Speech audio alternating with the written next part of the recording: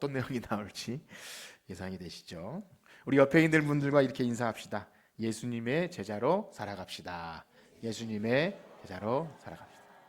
정말 그렇게 되길 원하십니까? 네.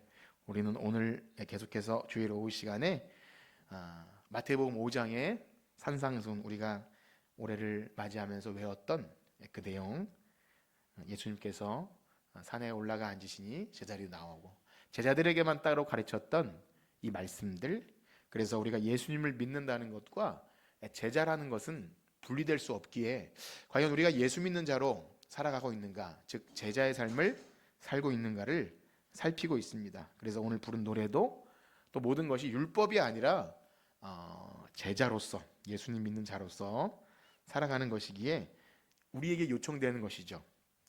자, 특별히 지난 시간에는 예수님께서 제자들에게 쭉 천국 복음을 말씀하신 후에 팔복과 그리고 세상의 소금, 빛 이런 얘기를 하시다가 이제 율법에 관하여 말씀하기 시작했습니다. 예수님은 율법을 폐하러 오신 분이 아니고 어떻게 하러 오셨죠? 완전하게 완성하러 오신 분임을 말씀하시면서 우리 믿음으로 구원받은 성도들과 이제 율법과의 관계를 말해주고 있습니다. 그래서 우리 이 기독교 신자들, 믿음으로 구원받은 성도들에게 이 복음과 율법의 관계를 잘 이해하는 것은요, 우리의 신앙과 삶에 너무 중요합니다. 그냥 지식이 아니라 이것에 실패하는 순간 한번 따라해 볼까요? 율법주의자가 되거나 율법 폐기론자가 됩니다. 어려운 용어 같잖아요. 이 용어를 몰라도 제대로 복음을 잘 모르면 한편으로는 율법주의자가 되고요, 한편으로는 율법 폐기론자가 돼요. 나는 그런 율법주의자야, 율법 폐기론자, 이게 아니라 복음이 무엇인지를 잘 이해하고 복음에 합당한 삶을 모르면 내가 언제 그랬냐는 듯 은혜로 구원받는 걸 까먹고 굉장히 잘난 사람이 되고요, 한편으로는 그 은혜니까 그냥 나는 이제 믿음으로 구원받았으니까 삶은 별로 신경 안 써도 돼, 이렇게 방종에 이르게 됩니다. 그러니까 이것은 어떤 학파가 아닌 거예요. 무슨 주의자, 폐기론자 했다고 해서 저는 그런 거 모르는데요가 아니라 누구든지 그렇게 될 수 있다는 거예요. 복음을 잘 이해하지 못하거나 아니면 먼저 된 자가 나중된 자가 되면 그렇게 된다는 겁니다. 그래서 예수님은 늘 먼저 된 자가 나중되고 나중된 자가 먼저 되는 그걸 말씀하셔요. 그러니까 천국 가는 그날까지 다 이루었다 생각하지 말고 늘 앞에 있는 것을 잡으려고 쫓아가는 삶을 살아야 합니다. 그러니까 피곤하겠죠, 그렇죠? 예수 믿는 자의 삶이 피곤함이 있어요. 왜냐하면 죄의 유혹도 있죠, 율법주의 유혹도 있죠, 또 게으름과 나태함과 여러 가지가 있습니다. 그래서 예수님은요, 그 이야기를 하세요. 복음과 율법의 관계. 그런데 좀 재미있는 사실은 우리가 지난 수요일에 배웠던 말씀과 오늘 말씀이 이렇게 일치합니다. 항상 그런 건 아닌데 참 그래요. 그래서 수요 예배 시간에 웨스트민스터 소요리 문답 그 내용, 살인하지 말라라는 내용과 오늘 본문이 일치하는데요. 그래서 혹시 수요 예배 때 나와서 들으신 분들은 그 내용이 중복되지만 여러분 수요일날 뭐 드셨는지 기억하세요? 벌써 잊으셨죠? 너무 감사한 거예요. 그래서 복습하시고 그때 그 이야기가 중복되는구나 그러면서 점검하는 시간이 되셨으면 좋겠습니다. 복습과 점검. 그렇습니다. 예수님은요, 율법을 완성하러 오셨다 말씀하신 이후에 이제는 어떤 말씀을 하시냐면 의를 말씀하시는데 제자들의 의 그리고 바리새인과 서기관의 의를 비교하면서 너희 의가 바리새인과 서기관의 의보다 더 나아야 된다, 이런 말씀을 해주셔요. 5장 20절을 한번 다시 읽어볼까요? 5장 20절 시작. 내가 너희에게 이르노니 바리새인보다 더 낫지 아니하면 결코 천국에 들어가지 못하리라. 아멘. 우리가 이제 이 앞에서부터 맥락상 쭉 읽어오지 못하고 이 말씀만 딱 떼어놓고 보면 우리 중에 천국에 갈 사람이 있습니까? 없습니까? 없어요. 무서운 거예요. 이게 그래서 율법주의자가 될 수 있다는 거예요. 그러면 우리가 여기 서기관과 바리새인보다 훨씬 더 빡세게 율법을 더 철저히 지켜야 된다는 것인가? 이렇게 잘못 이해할 수가 있어요. 그런데요, 우리는요, 결코 따라할 수 없습니다. 우리가 성경에서 바리새인과 율법교사를 예수님이 혼내셨다고 해서 우리도 같이 무시하려고 그러잖아요. 사실 우리는 이 사람들의 발끝도 못 쫓아가요. 이 사람들은 얼마나 율법을 잘 지키려고 기본적인 율법 플러스 장로의 전통이라 그래가지고 손 씻는 거부터 그다음에 뭐 먹는 거 그다음에 안식일을 어떻게 지켜야 되는지 굉장히 디테일하게 그 미시나라고 하는 그런 이 부차적인 그리고 우리가 알고 있는 뭐 아이들을 가르치는 그 뭐죠? 어쨌든 뭐 십계명 율법이 기본적으로 있고 그 안에 뭐 여러 가지 계명들이 있어요. 그 중에 뭐 탈무드 뭐 이런 거 있잖아요. 그러니까 이 히브리인들만의 자기들만의 율법 지키는 어떤 세부 조항이 굉장히 많고 그게 율법인지 아니면 전통인지도 모를 정도로 철저히 지켜요. 그래서 사실은 그들의 율법 사랑을 우리가 그냥 쉽게 매도할 수 없습니다. 우리 구원으로 구원 얻은 은혜로 구원받은 성도라 해서 바리새인 율법교사들은 뭐 율법주의자고 저들은 예수님께 혼났다 해서 함부로 매도할 수 없는 거예요. 자, 그렇다면 예수님은 어떤 의미에서 우리 제자들의 의가 즉 천국 백성의 의가 이 서기관과 바리새인보다 좀 나아야 한다고 하는 것입니까? 일단 기본적으로 예수님은 율법주의 위험성을 경계하셨어요. 서두에 말씀드린 처럼 앞선 17절에서 19절까지는 율법을 폐기하려고 하는 사람들을 경계하면서 내가 율법을 폐하러 온 게 아니다.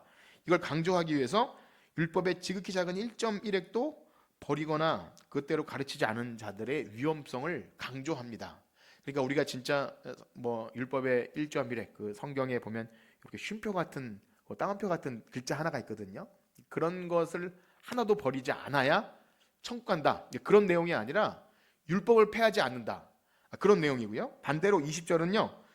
율법을 행함으로 천국에 들어갈 줄 오해하는 사람들에 관해서 그것이 바로 바리새인과 서기관 같은 사람들이다. 그렇게 얘기하는 거예요. 그러니까 율법 폐기론도 아니고 율법주의자도 아니어야 한다는 말씀을 해 주신 다음에 이어가는데요. 그래서 한번 우리는 요 개념을 좀 잘 정립해야 합니다. 그러니까 제대로 복음에 서지 못할 때 우리가 빠질 수 있는 두 오류, 율법주의의 오류와 또 율법 폐기론. 익숙해지나요, 이 용어가? 네. 그래서 지금 적으시는 분들, 선생님 적으시는 거죠? 아닌가요? 잘 적어놓으세요. 네. 적어놓으시면 피가 되고 살이 돼요. 이거 제가 어려운 용어가 아니라 이 용어를 잘 해놓으면 설교나 들을 때 이제 이해가 좀 빨라요. 이게 나도 모르게 나도 율법주의자가 되는구나. 그러니까 율법주의자 하면 우리가 쉽게 뭐 율법책을 끼고 다니는 사람이 율법주의자라고 생각하는데 그게 아니라 이 율법을 구원을 얻는 어떤 정말 조건이나 자격으로 여기게 될 때 굉장히 문제가 발생해요. 위선이 되고요. 다른 사람을 비판하고 결국엔 우리가 속에 들어있는 게 엄청 더러운데 회칠한 무덤처럼 그렇게 잘못돼요. 그러면서 내가 그렇게 다른 사람을 비판했기 때문에 스스로도 감옥에 갇혀버리는 거예요. 굉장히 위험합니다. 또 반대로 은혜로 구원받고 이제 예수님을 믿는 믿음으로 구원받았으니까 교회 다니면서도 너무 쉽게 막 살게 돼요. 그래서 저 사람은 정말 혼자 은혜 다 받는데 보면 삶이 눈살이 찌푸려져요. 덕이 안 되는 거죠. 그러니까 믿음에는 덕이 필요하고 덕에 지식이 필요하고 지식엔 절제가 필요하고 이런 하나님 백성의 삶이 있는데 그건 다 무시하고 난 이제 믿음으로 구원받았으니까 됐다 이렇게 말하는 것이 율법 폐기론. 그래서 이걸 잘 구분해야 이제 지금 나오고 있는 예수님께서 말씀하시는 상황을 그래도 좀 잘 이해할 수 있어요. 복음의 양극단, 잘못된 두 결론 이것들을 우리 잘 구분하시고 자 그래서 이렇게 말씀드리면 좋을 것 같아요. 우리가 수요예배 시간에 또 우리 주일학교에서도 강조했던 내용이 있는데요. 여러분 성경의 내용을 두 가지로 말하면 무엇과 무엇이 있을까요? 우리가 믿어야 할 것 그리고 또 하나는 행해야 할 것. 대답을 하셔서 너무 감사합니다. 반복이 너무 중요한 것 같아요. 믿어야 할 것을 우리가 두 글자로 하면 뭐라 할까요? 복음, 그렇죠? 당연히 복음이죠. 하나님이 우리를 위해 행하신 일이기 때문에 복음이에요. 그럼 행해야 할 것은 뭐라 할까요? 율법일까요? 근데 이게 그래서 좀 헷갈리기 쉬운데 그러면 복음과 율법은 반대 개념일까요? 그렇지가 않아요. 그래서 이런 말씀을 드렸어요. 행해야 할 것도 율법의 어떤 자격 기준을 위한 행함이 아니라 앞에 있는 믿어야 될 내용이 확고해야 돼요.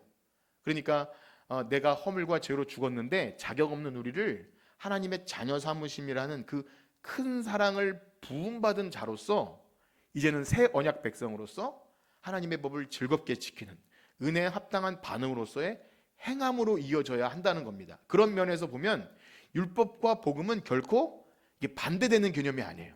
그러니까 은혜로 구원받았으니까 율법이 폐기되거나 아니면 그것이 아니라 율법이 앞서거나 결국 그렇게 될 수 없고, 두 개가 잘 조화를 이룹니다.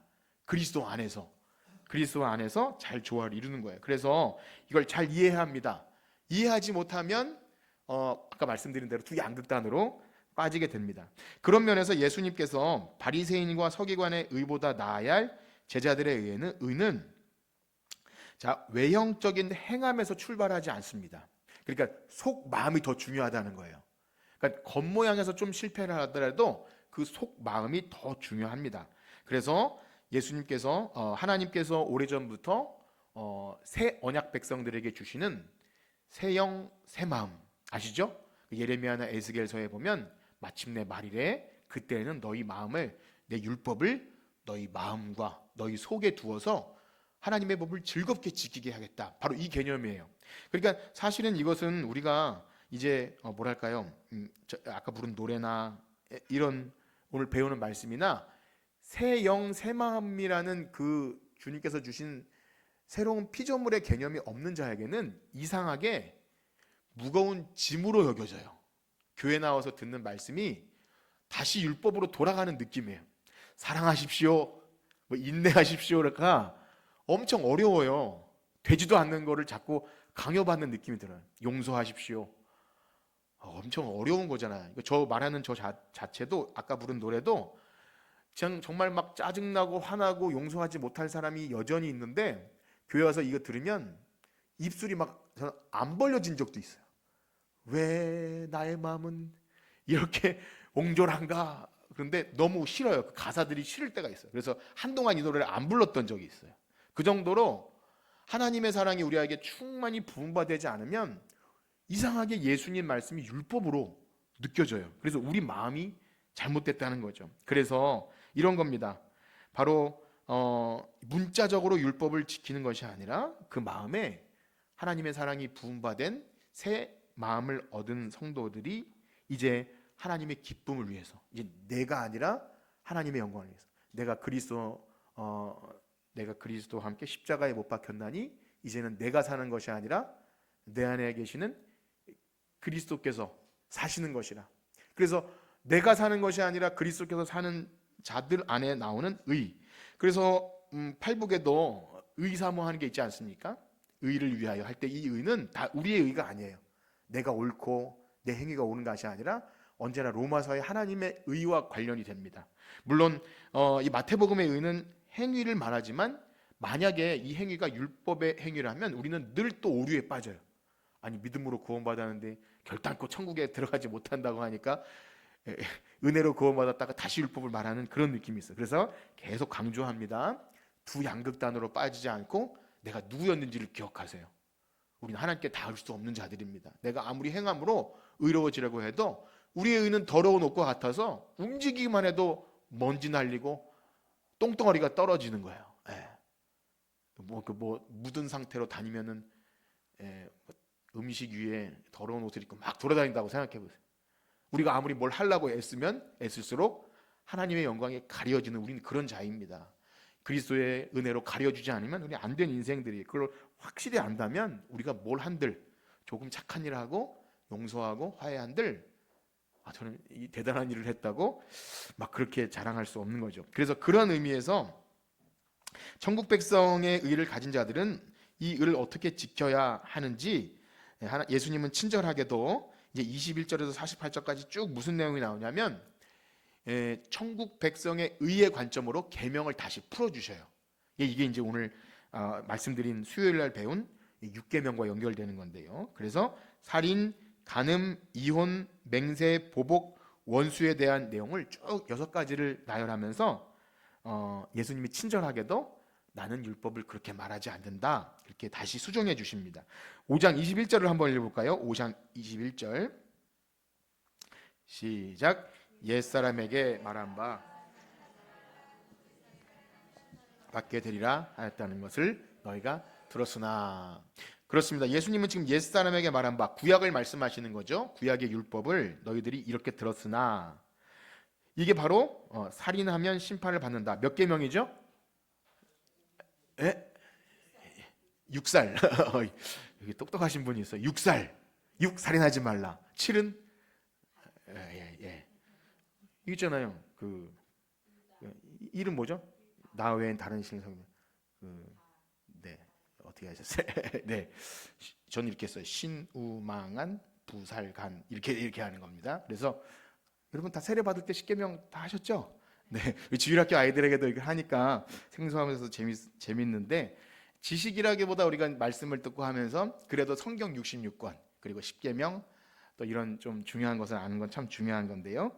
말씀드린 대로 이건 6계명이에요. 그야말로 10계명 안에 6번째 사람 중에서 부모 공경 다음에 나오는 굉장히 중요한 거죠. 그래서 여러분들에게 오늘 살인하지 맙시다. 그렇게 좀 뭐 말씀드리는 건 아니에요. 일단 계명입니다. 그래서 구약 성경은 살인하지 말라 심판을 받게 되겠다. 여러분 살인하면 그 심판은 뭘까요? 죽음이에요. 구약은요. 눈에는 눈, 이에는 이에. 상처를 내면 상처로 목숨을 잃게 하면 목숨으로. 그런 것입니다. 어때요? 피도 눈물도 없는 것 같죠? 근데 우리가 좀 오해하는 것이 있는데 구약의 율법이 눈에는 눈, 이에는 이라고 해서 그게 아니에요. 그 당시 고대 국가에는 아직 국가가 형성되기 전에 족장 사회에서는요. 부족 간의 다툼이 일어나서 누가 한 명이 살해당하잖아요. 그러면 그것을 국가의 어떤 공권력이 제대로 발동하지 않아서 족장 부족 간의 전쟁이 일어나요. 그래서 여기서 한 명 죽이면 가서 한 명만 죽일까요? 막 전멸시키려고 그래. 다 죽이고 그런 때예요. 그렇기 때문에 이 구약의 율법은 과잉보복하지 말라는 겁니다. 딱 그만큼만. 그래서 어떻게 보면 원시적인 것 같아도 그렇지 않아요. 그 당시에는 굉장히 앞서가는 되게 진보적인 그런 법입니다. 하나님의 법은 앞서가요. 우리가 전에 레위기가 출애굽기를 읽을 때 보면 구약의 율법은 뭐 눈에는 눈, 이에는 이에 같아서 굉장히 원시적인 것 같아도 여성 인권을 굉장히 중요시 여기고요. 그 다음에 그 종이나 약자의 편에서 많이 그렇게 됩니다. 그래서 굉장히 앞서가는 법임을 알 수 있습니다. 자, 그럼에도 불구하고 구약의 법은 그야말로 율법인 거예요. 서기관과 바리새인의 의. 그러니까 내가 딱 죽인 만큼만 죽이고 딱 피해 본 만큼만 하면 나는 율법으로 의로워진다고 그렇게 말하는 겁니다. 사실 그렇게만 해도 좋죠. 여러분 오늘날 여러분이 생각하기에 오늘날 법이 딱 피해 입힌 만큼만 잘못을 이렇게 내가 죄를 받고 또 이렇게 좀 공정한가요? 어떻게 생각되세요? 법이 아니라고 여러분 많이 그렇게 하시는 것 같아요. 맞습니다. 사실 구약의 율법만큼만 오늘 적용해도 사회는 굉장히 공정해질 것 같아요. 돈 있는 사람 없는 사람 법이 다르죠. 법을 아는 사람 모르는 사람 그 다음에 뭐 부자인 사람 가난한 사람 법이 달라요. 그래서 차라리 십계명 율법이 훨씬 더 공정하다는 생각이 듭니다. 잠깐 번외로 드린 말씀이고요. 우리가 구약의 율법을 무식하다 어떻게 눈에는 눈 이에는 이 그렇지 않아요. 어떤 사람은 굉장히 큰 죄를 저질러도 떳떳하게 있지만 어떤 사람은 누구죠? 무슨 800원인가요? 뭐 초코파이 800원 이런 거는 굉장히 막 벌금도 세고 징역도 살고 하는데 엄청난 죄를 진 사람은 또 이게 별거 아닌 뭐 그런 것들 우리가 경험하잖아요. 그래서 그렇구나. 사람은 그냥 내버려 두면 법대로 되지 않는구나. 그것을 알게 됩니다. 자, 그런데요. 그럼에도 불구하고 그것은 율법이에요. 어쨌든 율법이에요. 그렇다면 예수님은 뭐라고 말씀하십니까? 우리 22절 말씀 읽어봅시다. 22절 시작. 나는 너희에게 이르노니 형제에게 노하는 자마다 심판을 받게 되고 형제에 대하여 라가라 하는 자는 공에 잡혀가게 되고 미련한 놈이라 하는 자는 지옥불에 들어가게 되리라. 아멘. 어려운 단어가 하나 나왔죠? 라가는 뭡니까? 라가? 히브리인으로 히브리 욕설이래요. 성경에 이렇게 돼 있죠? 바보. 그런 거. 바보, 천치. 사실 우리가 잘 쓰는 말 아닙니까? 그냥 좀 둥글둥글한 욕인가요? 우리가 쓰기에는 용인되는 욕 정도일 것 같아요. 아이고 바보. 그러면 뭐 너 나한테 그렇게 심한 욕을 해서 이렇게 반응하진 않잖아요. 근데 굉장히 기준이 높아요. 형제에게 노하는 자마다 우리가 분을 내지 않습니까? 수요일 날 말씀드렸지만 물론 모든 분냄이 다 죄는 아니죠. 하나님도 노하기도 하고, 그 다음에 범죄한 자를 죽이라고도 하고, 그러니까 심판에 있어서 그거 있지만, 여기서 말하는 형제에게 노하는 것은요, 그냥 자기 개인적인 내 마음, 내 어떤 이기적이거나 내가 마음의 중심이 되어서 다른 사람에게 화를 내는 것, 그리고 형제에 대하여 아까 전에 라가라 하는 것, 어떤 욕을 하는 것, 그리고 미련한 놈이라 할 때 공의에 잡혀가게 되고, 미련한 놈이라 하면 어떻게 된다고요? 지옥불에 들어간대요. 욕하지 마십시오. 지옥불에 들어갑니다. 물론 이 말이 예수님의 말씀의 취지는 그렇죠. 뭐 너희 눈이 뭐 범죄하거든 찍어버리라, 손이 찍어버리라, 눈은 빼버리라 하는 그 말씀과 같이 맥락이 그런 거예요. 뭐냐면 겉으로 드러나는 행동이 중요한 것이 아니라 바로 마음의 문제라는 겁니다. 마음의 문제. 즉 실제로 그 사람에게 내가 어떤 물리적으로 해를 입히지 않아도, 죽이지 않아도 우리 마음속에서 나오는 그런 악함이 사람을 죽일 정도로 이미 우리 안에는 그런 것이 들어있다는 거예요. 그렇습니다. 사람의 언어는요, 예수님 말씀하시기를 그 사람의 마음 태도가 반영되었다 말씀하세요. 마태복음 15장 18절 말씀을 한번 같이 읽어봅시다. 마태복음 15장 18절 시작. 입에서 나오는 것들은 마음에서 나오나니 이것이야말로 사람을 더럽게. 아멘. 사실 이 시간이 도덕이나 어떤 욕하지 맙시다 이런 시간은 아니지만, 실제로 신자의 입에서 거친 말이나 욕이나 그런 것이 익숙해지면 안 돼요. 이상해야 돼요. 그렇죠? 그럼 어떠세요? 집에서나 어디서나 우리 최근에 어떤 이제 말하기 좀 그러네요. 예, 안 말하겠습니다. 그 악은 모양이라도 버리라 했기 때문에 그 우스갯소리로 저와 이제 저희 아내가 차에서 가면서 그런 좀 근데 우스갯소리로 했는데 재밌잖아요. 이렇게 막 욕을 하면 아닌가요? 예, 이렇게 좀 다른 사람이 못 듣게 그럴 때가 있는데 그거조차도 사실은 좀 누추한 거예요. 예수 믿는 자 안에서 그러면 우리 안에 숨어 있는 그 꿈틀거리는 그런 다른 사람에 대한 마음이 입으로 뱉어진 거죠. 물론 그것이 너 이제 지옥 간다 이 차원보다 그걸 부끄러워할 줄 아는 거죠. 우리 마음에 이미 우리 마음에 다른 사람에 대해서 욕하고 싶은 마음이 있구나, 그런 겁니다. 그걸 만약에 우리가 좀 합리화시키고 약화시키면 아무도 안 보는데 그럴 수도 있지라고 말할 수 있어요. 그런데 우리가 이제 말씀을 본 이후로 그렇게 돼서는 될 수 없는 거예요. 그래서 집에서 아내나 남편이나 자녀에게 쉽게 욕이나 막 아이들에게 그냥 던지는 말 속에도 그럼 죄지지 않기를 축복합니다. 이게 굉장히 중요한 거예요. 아이들은 작은 말에도 상처를 받고요, 그런 것이 있고 몰라요. 아내나 남편이 하는 말에 맨날 상처받는지 모를 수도 있어요. 네, 저는 상처를 잘 받습니다. 그래서 그렇게 말하지 말라고 하지만 잘 안 되지만 어쨌든 그런 겁니다. 우리는 늘 말에도 상처를 받아요. 그리고 우리도 모르게 내가 말로 상처를 줬는데 되게 몰라요. 누가 말해주지 않으면 모르더라고요. 우리 이제 집사님들 가운데도 내가 그런 줄 나도 몰랐다고 그렇게 말을 하는 데 많아요. 그래서 사랑하는 성도들 간에 따라해 봅시다. 누군가는 말해줘야 됩니다. 말해줘요. 목장 간에서 그냥 거칠게 너 그러지 말라고 하지 말고 진짜 진중하게 말을 해주세요. 권사님, 집사님 이거 좀 아닌 것 같아요. 아이들에게 막 이 새끼 저 새끼 하지 마세요. 이렇게 말도 해주고요. 근데 막 거칠게 말고 그것은 그리스도인으로서 하나님 백성으로서 어울리지 않습니다.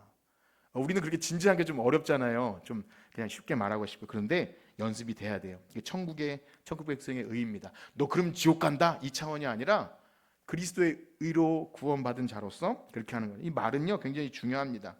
사실 우리 일상에서는 많은 분냄과 욕이 있어요. 말씀드린 대로 그 막 화낸다고 해서 다 죄는 아닐지라도 우리가 분을 내면요 죄를 짓게 돼요. 신기하게도 분을 내면 아이들에게도 죄를 짓게 돼요. 노엽게 할 수도 있어요.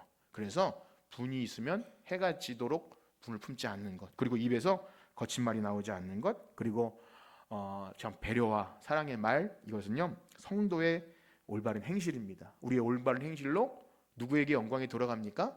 하나님 아버지께, 우리 아버지께. 그래서 앞에 있는 내용이 쭉 이어지고 있는 거예요. 자, 그래서 우리 교회 나왔는데 오늘 예쁜 말 합시다 이런 도덕적인 차원보다 우리가 누구인가를 늘 생각해야 됩니다. 자격 없는 우리들을 주님께서 자녀 삼으심. 자, 그리고 형벌에 있어서 굉장히 무서워요. 형벌은 율법에 있어서는 사형이지만 어디 떨어진다 그러죠? 지옥 뿌리면 이건 지옥 간다는 얘기니까 영혼의 어떤 영생을 얻지 못하는 것과 관련이 있지 않습니까? 무서운 겁니다. 사실은 이렇게 두렵게 해요. 그래서 그냥 율법적으로 적용하면 우리 마음을 어렵게 하죠. 죄책감에 시달릴 수도 있어요. 그렇다고 해서 이 말씀을 대수롭게 여기지 않으면, 그러니까 대수롭게 여기지 않는 방식으로 우리가 믿음으로 구원받았으니까 이 말씀은 이제 다른 사람 얘기야 이렇게 반응하시면 안 돼요. 이게 중요합니다. 오전에 말씀드린 것처럼 예수님께서 그렇게 말씀하셨다면 분명한 이유가 있는 걸 알고 진지하게 받아들이고 우리의 죄악된 인간 성정을 따라서 합리화시키고 이렇게 빙빙 돌려서 우린 다 그래 이렇게 반응하지 말고 딱 멈춰서 가지고 교정할 것이 있으면 교정하는 것은 하나님 백성의 올바른 자세인 줄 믿습니다. 자, 그러한 면에서 예수님 말씀하신 육계명은 율법주의자들이 말하는 이 서기관과 바리새인의 의와 두 가지 차원에서 다른다는 것을 알게 되는데요. 하나는 살인하지 말라는 것이 이제는 신체를 상하게 하는 물리적인 것을 뛰어넘어요. 말이라고 한 것, 또 내 속에서 나오는 것이기 때문에 내 안에 있는 마음, 그리고 그가 말로도 상처를 받았다면 그걸 살인으로 적용하는 거예요. 기준이 훨씬 높아졌죠.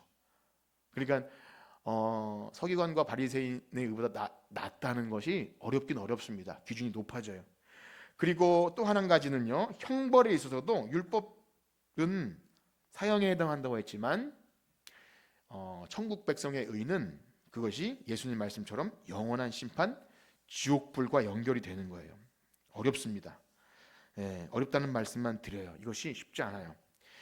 자, 그러면 이제 육계명에 대해 예수님의 견해를 말씀하신 후에 그렇다면 두 가지 예화를 드십니다. 그 살인죄와 관련해서 두 가지 적용을 친절하게 해주시는데요. 그것이 23절에서 26절인데요. 우리 23절에서 26절까지 한번 읽어볼까요? 23절에서 26절 시작. 그러므로 예물을 제단에 드리려다가 거기서 일이 생각나거든 예물을 제단 앞에 두고 먼저 가서 형제와 화목하고 그에 와서 예물을 드리라. 너를 고발하는 자와 함께 길에 있을 때에 급히 사화하라.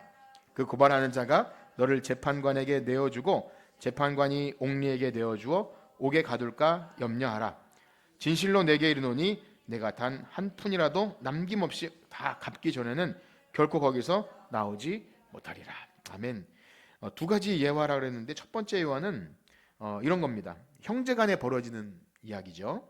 예물을 제단에 드리려다가 거기서 내 형제에게 원망 들을 만한 일이 있는 것이 생각나거든. 어떻게 하려죠? 네, 가서 화목하고 그 후에 와서 예물을 드리라. 그러니까 우리는 이 말씀을 들을 때 여러 가지 정황으로 해석할 수 있어요. 우리가 예배 드리러 올 때, 헌금 드릴 때 적용할 수 있지만 일단 그 당시 상황에서 예수님의 말씀을 들었던 사람들이 이 말씀을 어떻게 받아들였는가를 잠시 생각해 보면 일단 만약에 그들은 이제 예배 드리면 어디까지 가야 합니까? 예루살렘 성전까지 가야 돼요. 만약에 예수님 다 사시던 동네인 갈릴리에서 예배 드리러 갔는데 예물을 드리려다가 형제에게 원망받을 일이 생각나요. 그러면 어디까지 가냐면 갈릴리까지 가야 하면 한 130km 정도 돼요. 130km. 그러면 이것은 사실 갔다 오라는 얘기가 아닌 거죠. 그러니까 우리도 예배 드리러 왔다가 뭘 깜빡 잊어서 집에 돌아가려고 해도 짧은 거리라도 가기 힘든데 차도 없는 그때 130km를 갔다가 오라고 하니까 이 말씀의 취지는 그런 거예요. 우리가 예배자로 산다는 것이 결코 형제 사람과 분리될 수 없다. 갔다 오더라도 그냥 그걸 모른 채로 그냥 뭐 덮어두고 그냥 안면 몰수하고 너만 와서 신앙 좋은 척 예배드리지 말라. 그래서 우리의 예배가 삶의 예배와 늘 연결됩니다. 이것은요 우리가 굉장히 무시할 수 없어요. 아주 흔한 예로 부부싸움을 잘 하고 오면 예배가 잘 드려질 수 없는 것이잖아요. 그렇죠? 어떻게든 내일 설교를 하기 위해서라든지 어쨌든 덕을 끊기 위해서 그것을 잘 풀어내지 않으면 너무 고통스러운 거잖아요. 예를 들면 그렇다는 거예요. 여러분들이 집에서 어떤 삶을 사는 것과 예배 드리러 나왔는데 이게 막 예배가 너무 은혜가 넘치는 것은 유체 이탈이 아니고서는 불가능합니다. 그러니까 어려워지셔야 돼요. 마음이 어려워지고 어렵다. 이게 이제 천국 백성의 의인 거예요. 그렇다고 이 말이 되게 물리적으로 나는 이제 싸웠으니까 예배도 못 드리겠다 이런 차원이 아니라 늘 이 문제에서 우리가 삶의 예배가 되지 않으면 안 된다. 그래서 여러분 생각해 보십시오. 이따가 뭐 그 노래를 부르겠지만 만약에 우리가 이제 기쁘게 찬양하고 예배하는데 우리를 보는 사람이 원망들을 만한, 여기 보면 형제에 대하여 욕한 것도 아니고요, 화낸 것도 아니고 뭐라 그러죠? 원망들을 만한 일이 있는 줄 생각나거든. 그러니까 실제 원망을 들은 게 아니에요. 내가 이렇게 하면 그 사람의 원망 들을 수도 있겠다라는 정도로 극도로 예민하고 민감한 반응입니다. 이렇게 살 수 있을까요? 제가 살 수 있어서 그런 말씀을 드리는 것이 아니라 예수님이 말씀하시는 서기관과 바리새인의 의보다 낫다는 이 제자들의 의는 우리가 할 수 있는 것은 아니구나, 그렇게 생각이 들어요. 아마 죽을 때까지 못할 수도 있을 것 같은 생각이 듭니다. 이게 불편한 거죠. 자, 일단 두 번째 비유는 무엇일까요? 첫 번째 비유는 형제간에 일어난 일이라면, 두 번째는 송사하는 자니까 어떤 재판이나 시비가 걸린 사람이에요. 우리가 이제 일상에서의 다른 믿지 않는 자들과의 삶으로 관련이 있을 것 같습니다. 그 사람과 함께 길을 갈 때에 뭐라 그러죠? 급히 사화하라. 급히 빨리 화해하라는 거예요. 두 번째 경우는 좀 첫 번째 경우와 다르죠. 첫 번째 경우는 형제들 간에 벌어지는 그냥 좀 개인적인 문제라면, 두 번째는 약간 법적이고 사회 관계 안에서 벌어지는 일입니다.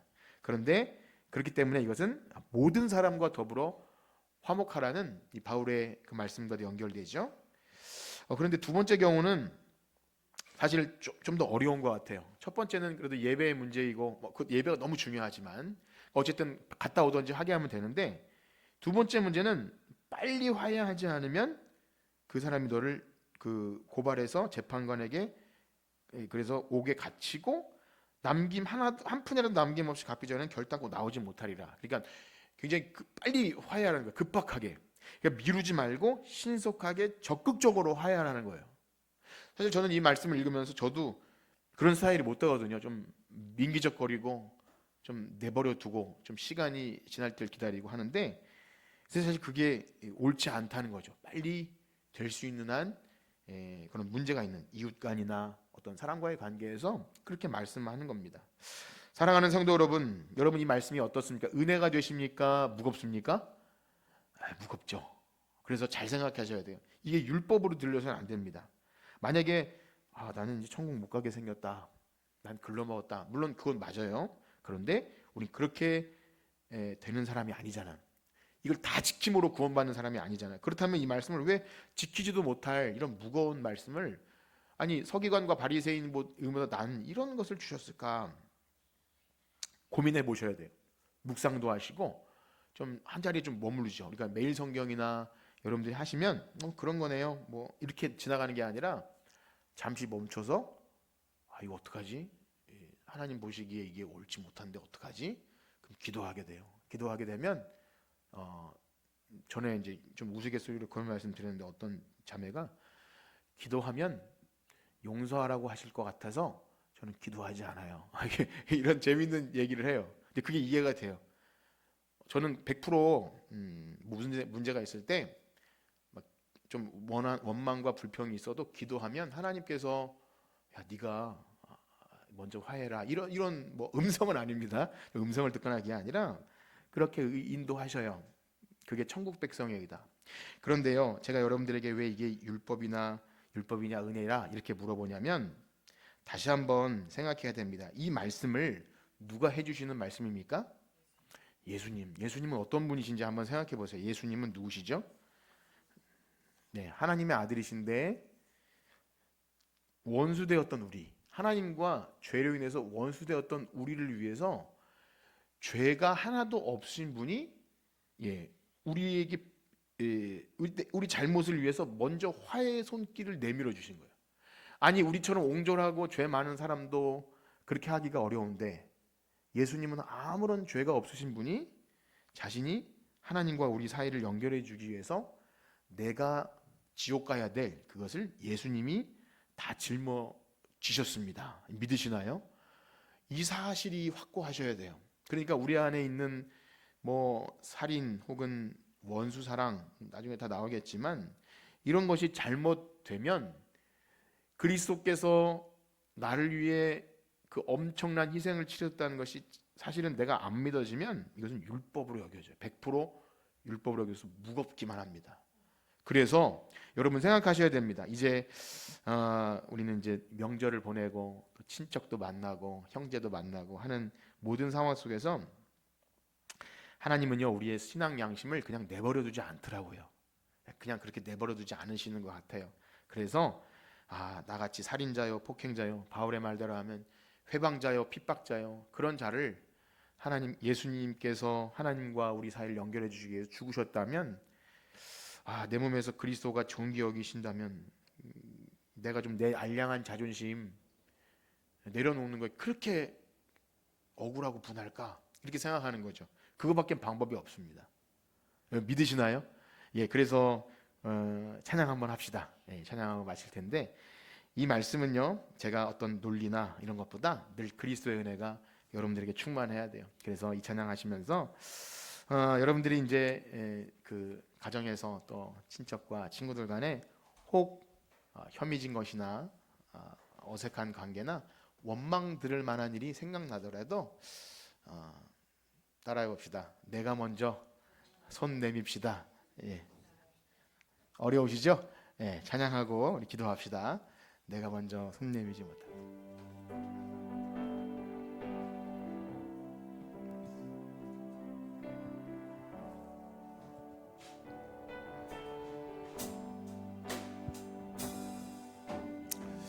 내가 먼저 손 내밀지 못하고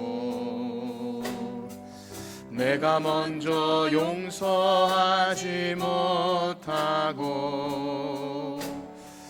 내가 먼저 웃음 주지 못하고 이렇게 머뭇거리고 있네. 그가 먼저 손 내밀기 원했고 그가 먼저 용서하길 원했고 그가 먼저 웃음 주길 원했네. 나는 어찌 된 사람인가. 강요한 나의 입술이여, 성절한 나의 마음이여, 왜 나의 입은 사랑을 말하면서 왜 나의 마음은 화해를 말하면서 왜 내가 먼저 젖을 수 없는가. 왜 내가 먼저 손해볼 수 없는가.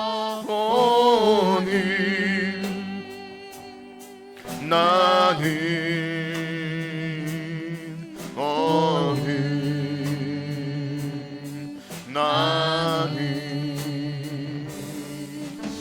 주님 앞에서 몸들 빠버리고 이렇게 흘리며 서 있네. 어찌할 수 없는 이 마음은 주님께 맡긴 채로. 아멘. 우리 기도합시다. 들으신 말씀 가지고 기도할 때 여러분 우리가 이것을 해낸다고 하거나 내가 다시는 나쁜 말 안 하고 또 먼저 화해한다고 우리의 의가 나타나는 것은 아닙니다. 우리는 온전히 그리스도의 의로만 천국 갑니다. 그래서 그것을 잘 기억하십시오. 그리스도의 의로 구원받은 성도로서 옳은 행실은 오직 아버지와 아들의 사랑에서 출발합니다. 그 사랑이 우리에게 있는지 먼저 생각합시다. 만약에 그 사랑이 있으면서도 내가 그것이 너무 힘들고 어렵다면 다시 복음으로 돌아가야 합니다. 이 시간 기도할 때 우리의 삶에 어떤 생각나는 문제들, 내가 여전히 그 악한 말이나 혹은 화해하지 못함, 이런 것들이 여전히 있는데도 내가 하나님과의 관계가 옳다고 하는 것은 위선입니다. 그러하기에 이 시간 하나님 용서하여 주시고 다시금 복음의 은혜로 우리를 감싸 안아 주시옵소서. 다시 기도하겠습니다. 하나님 아버지 하나님, 이제 우리 예수 믿는 자로 살아가는 제자의 삶이 어떠한지를 배워나갈 때 우리를 묵상하게 합니다. 또한 우리를 때로는 너무나 마음이 어려워지게 합니다. 우리 주변에 나를 둘러싸고 있는 너무나 악한 사람들이나 또 괴롭게 하는 사람들 앞에서 내가 이 말씀에 어떻게 순종할 수 있을까 고민도 됩니다. 그럼에도 나와 같은 죄인을 위해서 하나님 먼저 손 내밀어 주시고 하나님 먼저 이 땅에 오셔서 죽어주신 예수 그리스도, 우리가 그 사랑을 깊이 묵상한다면 나의 알량한 자존심과 나의 하나님 그런 미련함들이 하나님 포기되어진 놀라운 은혜를 주시옵소서. 하나님 오늘도 주 은혜로 살기를 소망합니다.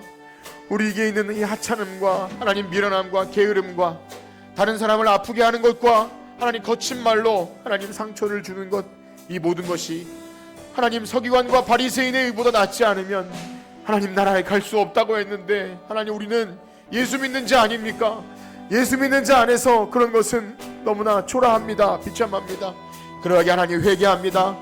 다시 한번 주의 은혜를 사모합니다. 하나님의 놀라운 은혜를 덧입기 원합니다. 주님께서 나에게 베풀어 주신 그 안에서 하나님을 사랑하고 그 뜻대로 부르심을 입은 자 안에서 우리의 형제와 자매와 친척과 가족과 우리 교회 안에서 날마다 그 그리스도의 사랑이 흘러넘칠 수 있도록 우리와 함께하여 주시옵소서. 아멘. 이제는 우리 주 예수 그리스도의 은혜와 하나님 아버지의 한량없는 사랑과 성령님의 감화 감동 위로 교통하심이 비록 우리의 기본적인 마음으로는 순종할 수 없지만 그리스도께서 주신 그 새 영 새 마음으로 이 하나님의 의, 바리새인과 서기관보다 나아야 한다는 이 의에 순종함으로 하나님께 영광이 돌아가기를 소원하는 성전교회 성도들 머리머리 위에 이제로부터 영원토록 함께 있을지어다. 아멘.